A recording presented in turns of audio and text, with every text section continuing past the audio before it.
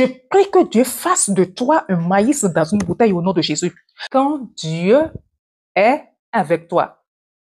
Dans le psaume 23, il y a un verset qui dit, même quand je marche dans la vallée de l'ombre de la mort, toi, tu es avec moi. Je ne crains pas, parce que toi, tu es avec moi. Ta houlette et ton bâton me rassurent. Ta houlette et ton bâton me rassurent. La vallée de l'ombre de la mort, ça peut être quoi? Le chômage, ça peut être la maladie, ça peut être la stérilité, ça peut être quoi? Les fausses couches, ça peut être tout ce qu'il y a de bien que l'homme doit avoir pour être à l'aise, pour prospérer, d'accord? Que vous n'avez pas.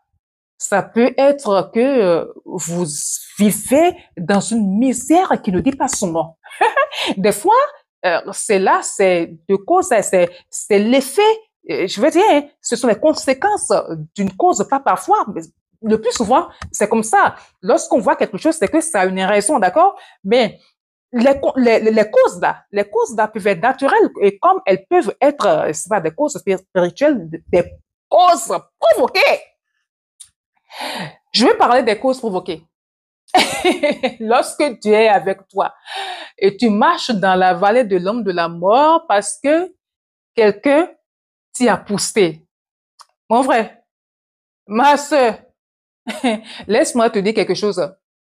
Celui-là ou celle-là qui t'a poussé dans la vallée de l'ombre de la mort par des incantations, par des pratiques occultes, et qui se dit que bientôt tu vas échouer, qui se dit que bientôt cette maladie-là va t'emporter, que bientôt ton entreprise va, je sais pas, fermer ses portes, que bientôt ton mari va te chasser parce que à force de faire des fausses couches, qui va être fatigué de toi et qui va prendre une autre.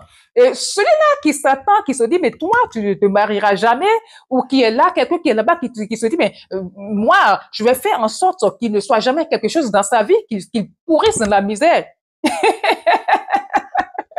Je ris, en fait, je ris, hein, je ris, hein. Laisse-moi te dire, ma soeur, dis Amen d'abord. Je dis Amen à ta place, ou carrément, je dis Amen avec toi. Cette personne-là vivra longtemps pour voir ce qu'il a refusé que tu n'es là, pour voir cela se réaliser dans ta vie, pour voir Dieu te donner ces choses-là. Parfois, Dieu se tait. Vous voyez, parfois il se tait, il regarde et ces gens, ils pensent qu'ils ont gagné, ils pensent qu'ils ont eu gain de cause, ils pensent que oui, ils sont trop gainés, quoi, trop forts, c'est ce qu'ils veulent qu'ils voient arriver dans ta vie, quoi. Parce que, effectivement, ils voient des effets. Et parfois, tu peux même te dire que est-ce que Dieu existe? Je suis un enfant de Dieu authentique, hein? Je n'ai pas d'autre Dieu devant ma face, j'obéis et tout. Mais pourquoi est-ce que Dieu accepte que ces choses m'arrivent? Des fois, et ce sont des questions qu'on se pose. Tu te poses également ces questions, n'est-ce pas? Oui, moi aussi, plusieurs fois, je me suis posé ces questions. D'accord? Devant certaines situations, on se pose des mêmes questions. Nous sommes pareils. OK? Voilà. Donc, c'est pour te dire que devant ces questionnements-là, tu vas peut-être douter de la présence de Dieu, mais non, Dieu, il est là. Et quand il est avec toi, les 7 ans, les 8 ans, les 9 ans ou les 10 ans que ça t'a pris ou carrément qu'ils ont commencé, qu'ils ont mis leur histoire en place et que ça a commencé à avoir des faits dans ta vie. OK? Et peut-être que tu as commencé à prier que ça n'a jamais donné et tu es là, tu te dis, mais après, cette situation, elle va perdurer, bref, tu as déjà trop prié et que franchement, tu n'as plus d'espoir. Laisse-moi te dire que Dieu, il va te ramasser toutes ces années-là. Il va te ramasser. C'est-à-dire, il va te redonner toutes ces choses-là. Il va te les reprendre et te les donner. Ce qu'ils ont refusé de voir dans ta vie-là, ils vont les voir doublement. Il a dit aux enfants d'Israël, il a dit, quand ils voulaient sortir d'Égypte, il a dit, mais allez leur réclamer des choses. Quand ils sont allés, ils n'ont même pas hésité. Ils ont donné, les gens qui ont travaillé pendant 430 ans, ils ont donné tout ce que les Israélites ont demandé. Dieu il va te redonner toutes ces choses-là qu'ils ont volées. Ils sont allés cacher soit dans les termitières, soit dans la mer, soit dans la rivière, et qu'ils ont fermé dans des canards, dans des bouteilles. Je dis, le Saint-Esprit connaît là où ces choses sont. Un beau jour, je dis un beau jour, tu verras, ils vont pleurer.